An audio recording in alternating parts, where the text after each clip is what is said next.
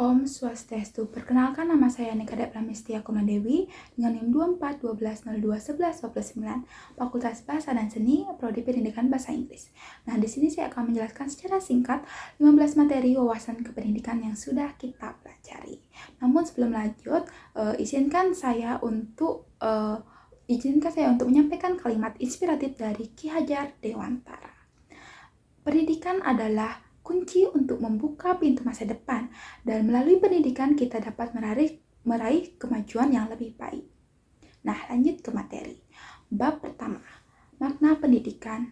Pendidikan adalah proses yang dirancang untuk membantu individu berkembang secara intelektual, emosional, sosial, dan spiritual. Menurut Dr. Abdul Rahmat MPD, menyatakan bahwa pendidikan bertujuan membentuk perilaku peserta didik agar mampu menghadapi tantangan hidup. Sementara itu, menurut Munir Yusuf mendefinisikan pendidikan sebagai upaya terencana untuk mengembangkan potensi manusia secara menyeluruh. Nah, inti dari pendidikan bukan hanya soal pengetahuan, tetapi juga membangun karakter dan kemampuan seseorang. Tujuan dari pendidikan adalah menciptakan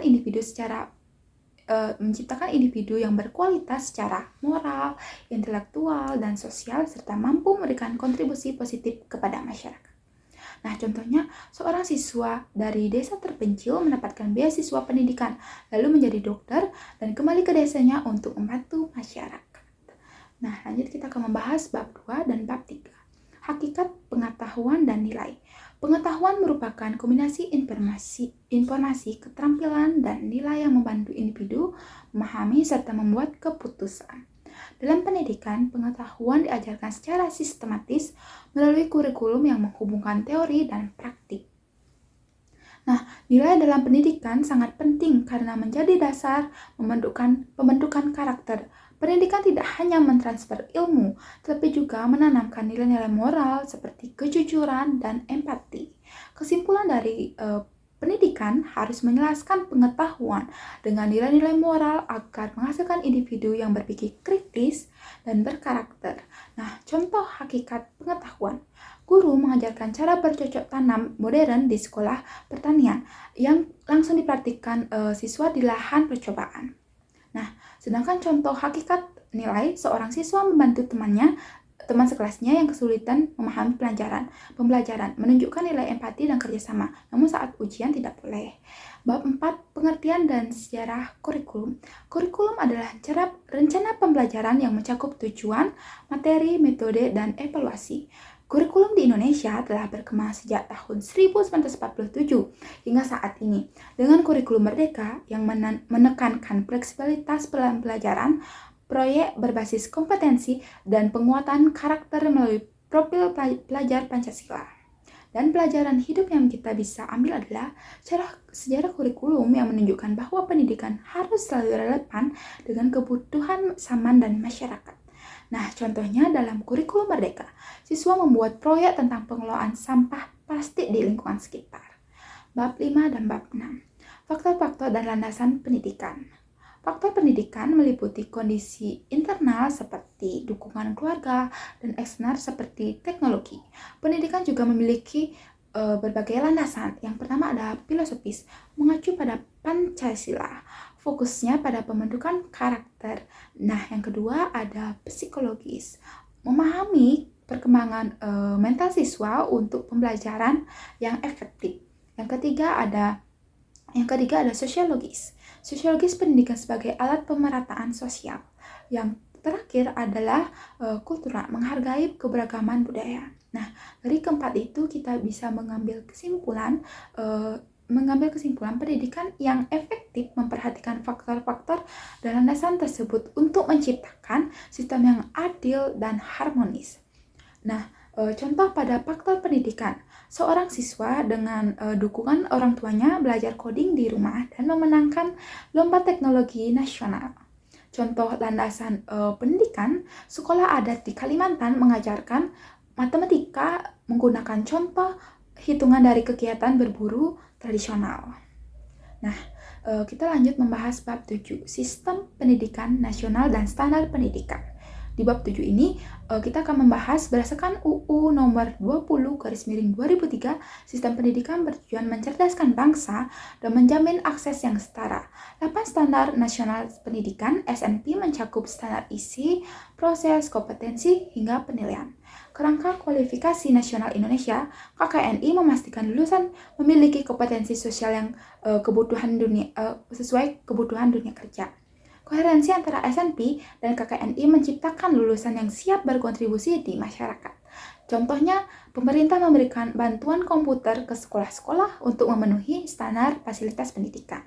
Nah, bab 9, bab 10. Guru sebagai profesi. Guru adalah profesional yang memiliki kompetensi pedagogi, kepribadian, sosial, dan profesional. Ini sudah kita bahas. Guru juga berperan dalam pendidikan karakter dan membentuk profil pelajar Pancasila. Nah, tantangan bagi guru di abad ke-21 adalah perkembangan teknologi. Guru perlu terus belajar, misalnya dengan menggunakan alat digital untuk pembelajaran. Nah, contoh guru sebagai profesi, seorang guru menggunakan aplikasi e-learning untuk menjangkau siswa yang tinggal di daerah terpencil. Nah, kita akan membahas bab 11, kompetensi abad ke-21. Kompetensi abad ke-21 mencakup berpikir kritis, kolaborasi, kreatif, dan literasi teknologi. Pendidikan harus menanamkan kompetensi ini agar siswa siap menghadapi dunia kerja dan tantangan global. Nah, contohnya, siswa membuat proyek kolaboratif berupa aplikasi pengingat jadwal vaksinasi untuk masyarakat. Nah, contoh bab 12, pendidikan inklusi dan gaya belajar. Pendidikan inklusi memastikan akses yang sama bagi semua siswa termasuk siswa yang memiliki kebutuhan khusus. Dengan memahami gaya belajar siswa, visual, auditory, dan kinestetik, pendidikan menjadi lebih efektif. Contohnya, seorang siswa tunarungu berhasil mengikuti pembelajaran dengan bantuan interpreter bahasa isyarat di kelas reguler. Bab 13, Multiple Intelligences. Nah, teori multiple intelligences oleh Howard Gardner mengajarkan bahwa kecerdasan manusia beragam, termasuk linguistik, logika, kinestetik, dan lainnya. Pendidikan yang menghargai keberagaman ini memungkinkan siswa belajar sesuai potensinya.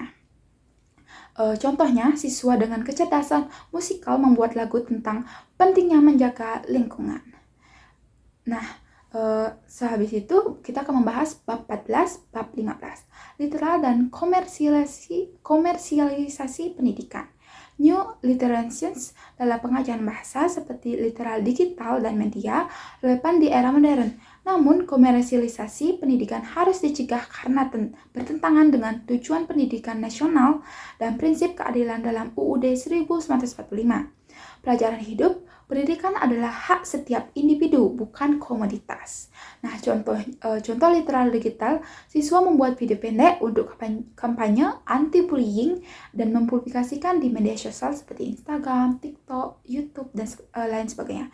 Contoh komersialisasi pendidikan, pemerintahan menyediakan program sekolah gratis dan beasiswa untuk siswa kurang mampu agar semua anak mendapatkan hak belajar. Nah, kesimpulan dari semua materi adalah pendidikan adalah kunci untuk membentuk individu cerdas, berkarakter, dan siap menghadapi tantangan global. Dengan kurikulum relevan, nilai moral, dan inovasi, pendidikan menciptakan generasi yang kompeten. Tantangan seperti inklusi dan literal digital harus sistem adil dan berorientasi pada perubahan positif. Penutupannya, demikian yang dapat saya sampaikan. Mohon maaf jika ada kesalahan kata. Om Santi Santi Santi Om. Salam harmoni.